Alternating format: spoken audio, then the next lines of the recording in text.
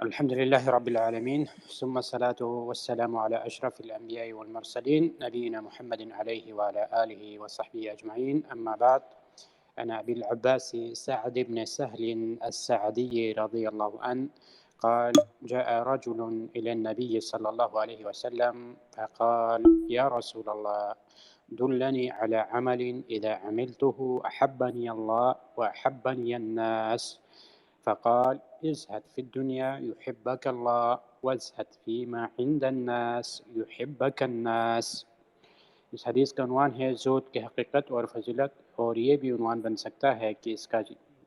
اللہ اور اس کی مخلوق کی محبت کس طرح حاصل ہو سکتی ہے۔ اس حدیث کو ابن ماجہ نے روایت کی ہے، امام ابن ماجہ نے اپنی سنن میں، اور یہ حسن درجے کی حدیث ہے، یعنی صحیح کی ایک قسم میں سے ہے۔ حدیث کا ترجمہ یوں ہے: سہل بن سعد سعدی رضی اللہ عنہ سے روایت ہے کہ ایک شخص نے رسول اللہ صلی اللہ علیہ وسلم سے عرض کیا: اے اللہ کے رسول، یا رسول اللہ، دلنی علی عمل، مجھے کوئی ایسا عمل بتلا دیجئے، اذا عملتہ احبنی اللہ واحبنی الناس، جس پر میں عمل کروں تو مجھ سے اللہ تعالیٰ بھی محبت کرے اور اس کے مخلوق لوگ بھی مجھ سے محبت کرے۔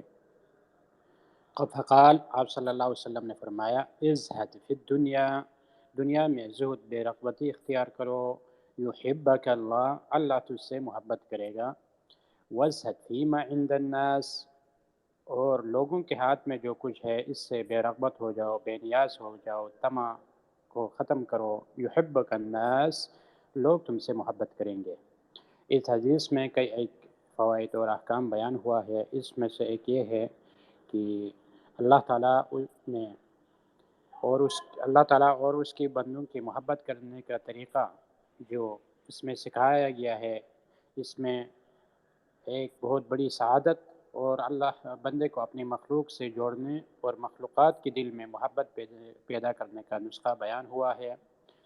دنیا سے زہد اور بے رغبتی ایک فضیلت والا عمل ہے، اللہ کی محبت کا باعث ہے، آخرت میں بھی یہ نفع مند ہے، اور اس کے ساتھ ساتھ انسانوں کے دلوں میں بھی اس کے لیے محبت پیدا ہو جاتی ہے۔ رسول اللہ صلی اللہ علیہ وسلم نے ایک حدیث میں فرمایا کہ دنیا میں اس طرح رہو جیسے کوئی پردیسی یا مسافر رہ گزر ہو۔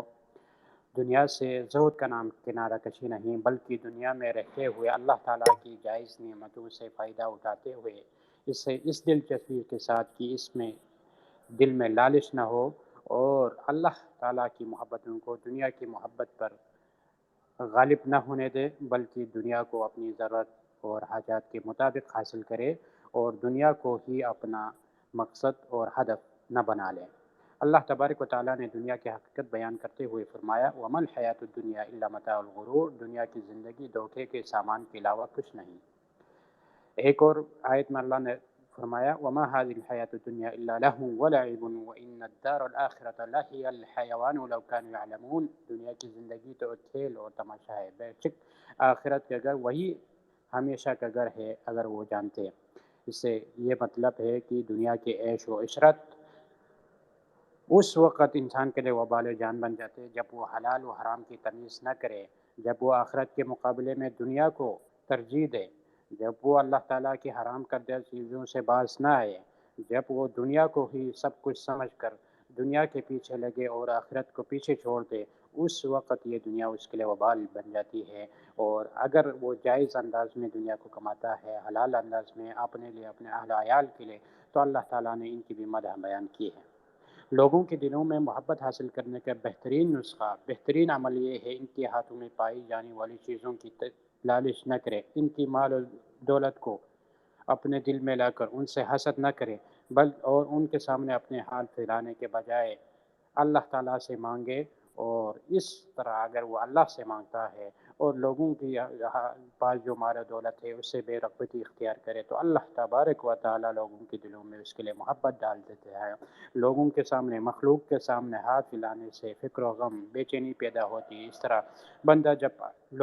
بندوں سے بے نیاز ہو کر اللہ کی طرف راغب ہوتے ہیں، اللہ پر اعتماد اور توکل کرتے اور اس کے مطابق وہ کوشش کرتے ہیں، تو اللہ تعالیٰ اس کی مرادیں پوری کر دیتا ہے، اور اس کے لیے اپنا فضل و کرم کا دروازہ ہمیشہ کھول کے رکھتا ہے، اسے اپنی فضل و کرم سے نوازتا ہے، اسے رزق کے ساتھ ساتھ اس کی روح کو سکون،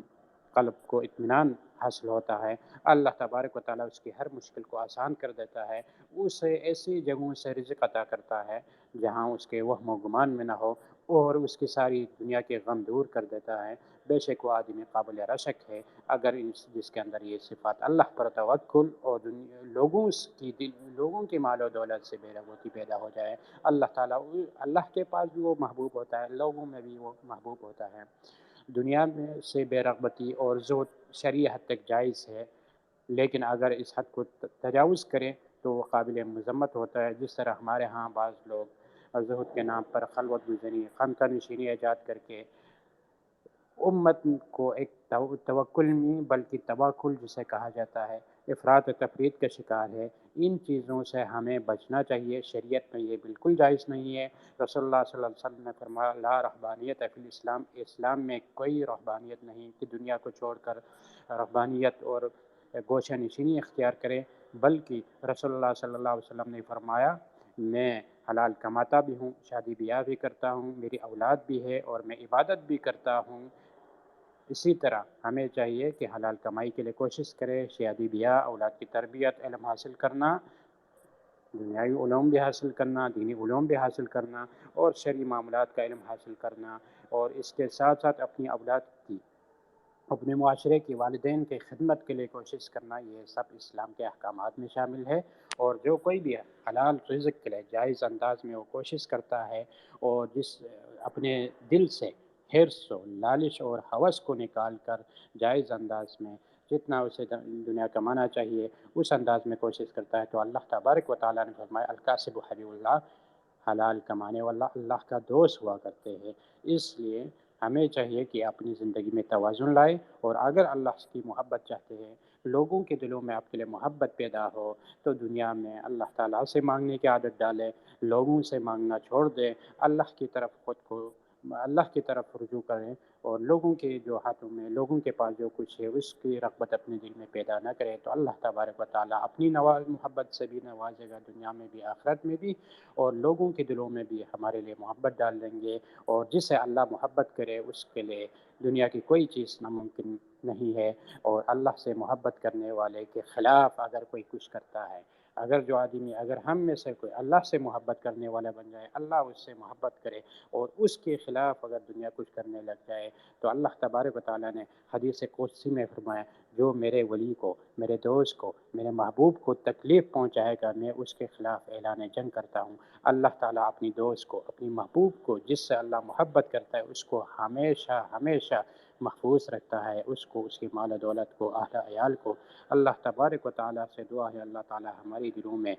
اللہ کی محبت، دین کی محبت ڈالے، دنیا کی جو ہوس ہمارے دلوں میں ہے، لالچ جو ہے اس سے پاک صاف کرے۔ اللہ تبارک و تعالیٰ ہمیں مال و دولت کی فتنوں سے، دنیا کی مختلف فتنوں سے محفوظ رکھے اور اپنی طرف رجوع کرنے کی توفیق عطا فرمائے۔ اللہ تبارک و تعالیٰ ہمیں اپنی محبت، خاص محبت سے نوازے۔ اللہ تعالیٰ ہمیں ان لوگوں میں شامل کرے جس سے اللہ تعالیٰ خود بھی محبت فرماتا ہے، جس سے جبریل امین بھی محبت کرتے ہیں، اس کے فرشتے بھی محبت کرتے ہیں، اس کے مخلوقات بھی خود محبت کرتے ہیں۔ اللہ تبارک و تعالیٰ ہم سب کو دین کے لیے آپس میں محبت کرنے کی، خیر کے لیے محبت کرنے والوں میں سے، امر بالمعروف نہی یعنی منکر کے لیے محبت کرنے والوں میں سے کرے، اور کل قیامت کے دن اللہ کے لیے محبت کرنے والوں میں سے شامل کر کے ہمیں عرش کا سایہ نصیب کرے۔ وآخر دعوانا الحمد للہ رب العالمین، آمین یا رب العالمین۔